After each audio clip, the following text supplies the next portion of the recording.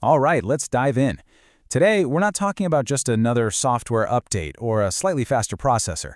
No, we're talking about a massive leap forward. What if an AI could learn and adapt and even make mistakes?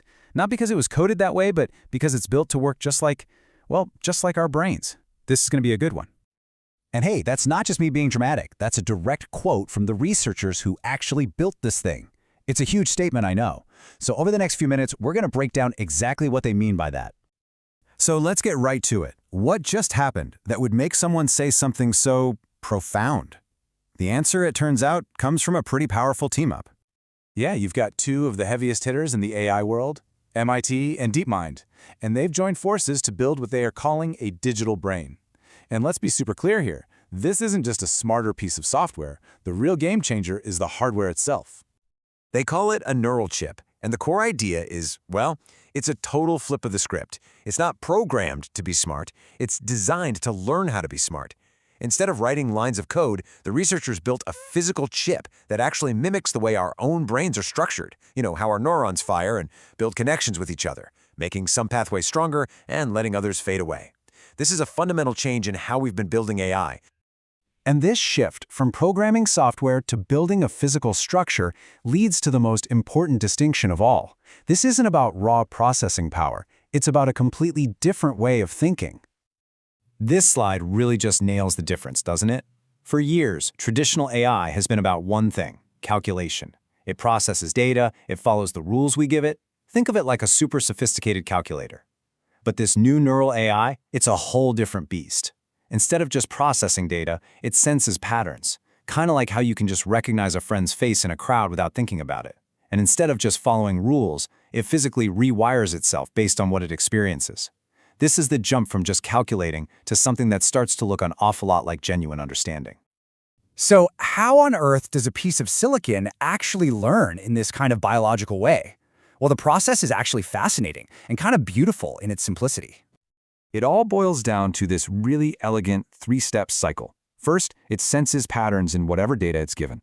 Second, and this is the wild part, the chip's internal connections physically change. It literally rewires itself. And third, with every new thing it learns, the connections that led to a good result get stronger and more efficient. It is, for all intents and purposes, learning. So, here's the most crucial point, the absolute key to all of this. There's no programmer sitting there telling it, "Good job," or "Nope, that's wrong." It learns organically, all on its own, through trial and error. It reinforces the pathways that work and lets the ones that don't just fade away. It improves from its own mistakes, just like a kid learning how to walk. Okay, so what happens when a system can actually learn on its own, without a human programmer guiding its every single step? Well, you unleash some truly mind-bending capabilities. I mean, just look at this list. According to the research, this AI can dream, not in the way that we do, but by running its own internal simulations to practice for things that might happen in the future based on what it's already seen. It can predict outcomes with a grasp of patterns that feels less like math and more like intuition. And most importantly, it can adapt to brand new situations it was never explicitly prepared for. That's a real sign of intelligence. And all of this, it inevitably leads us to the ultimate question, right? Are we no longer just talking about artificial intelligence, or are we starting to talk about an artificial mind? The experts behind this are being very clear. They see this not as the finish line, but as the first step on a very long road. They're arguing that this is the first time we've ever built a machine that doesn't just mimic intelligence, but actually develops it in a way that mirrors life itself. The potential endgame here is, well, it's true artificial consciousness.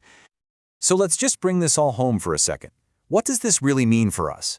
What happens when a machine doesn't just take a command and forget about it, but can actually form memories based on its own experiences?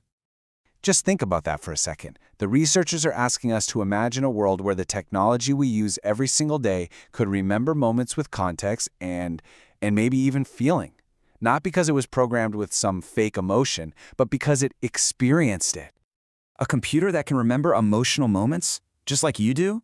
The line between us and our technology has never been blurrier.